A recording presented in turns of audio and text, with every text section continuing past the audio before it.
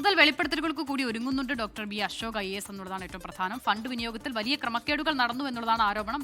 ഇപ്പോൾ പ്രശാന്ത് IAS ഏറെക്കുറെ സമാനമായ കാര്യമാണ് പറയുന്നത്. കിഫ്ബി ഇടപാടിൽ മസാല ബോണ്ടിലെ ചട്ടലംഘനത്തിന് കുടപിടിച്ചവരെ വരും ദിവസങ്ങളിൽ തുറന്നു കാട്ടുമെന്നും ബി അശോക് പറയുന്നുണ്ട്. അപ്പോൾ എന്നാൽ കൂടുതൽ പ്രതികരണങ്ങൾ കടക്കുന്നു. നേരത്തെയും ബി അശോകും സർക്കാരും, ബി അശോക് ആവട്ടെ, നേരത്തെ പറഞ്ഞ ഉദ്യോഗസ്ഥനാവട്ടെ, ഇവരൊക്കെയും സർക്കാരുമായി ഏറ്റുമുട്ടൽ നിൽക്കുന്നവരാണ്. അവരൊക്കെ സർക്കാരിനെതിരെ പറഞ്ഞുകൊണ്ടേയിരിക്കുകയാണ്. പക്ഷേ അതിൻ്റെ തോത് കൂട്ടുന്നു, അതിൻ്റെ തോത് കടുപ്പിക്കുന്നു.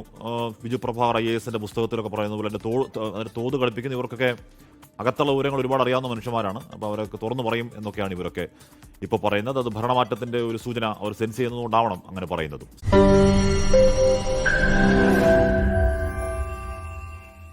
ലോകത്തെവിടെയായാലും ഏത് സമയത്തും 24 വാർത്തകളും ഓഗ്മെന്റഡ് റിയാലിറ്റി പാക്കേജുകളും എക്സ്പ്ലെയിനറുകളും വിശദമായി കാണാൻ ഞങ്ങളുടെ യൂട്യൂബ് ചാനൽ നിങ്ങൾക്ക് സബ്സ്ക്രൈബ് ചെയ്യാം.